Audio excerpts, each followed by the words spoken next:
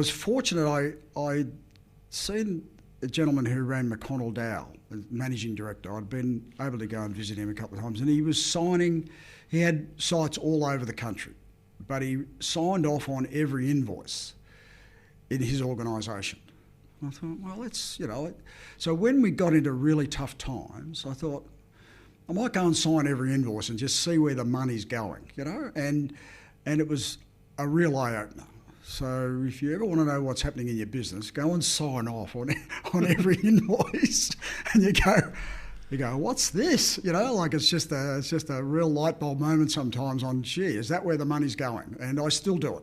I still sign every invoice that we pay in our organisation so that I know where the money's going. And so those tough lessons you learn in really tough times, And I've learned some interesting lessons about how you manage restructure. And I've heard there's a company going through restructure at the moment, and the way they're going about it is not working very well for them. They've got people jumping ship all over the place. And part of that is because they flagged the change in advance before they've made the decision of who's staying and who's going.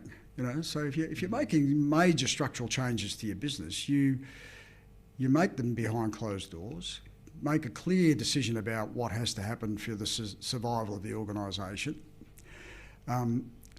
You go and talk to the people who unfortunately have to leave, but you very quickly go and talk to the ones that are staying.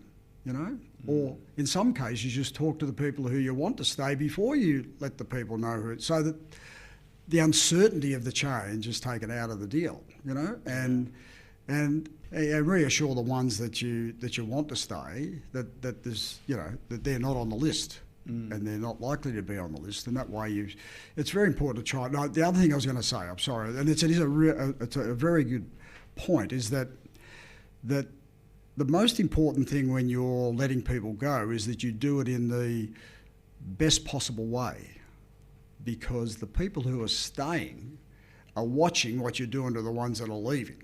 And a lot of people miss this point. They treat people on the way out quite poorly, where it's really important that you look after the people that are leaving, because everyone who's just staying is looking at them and going, well, how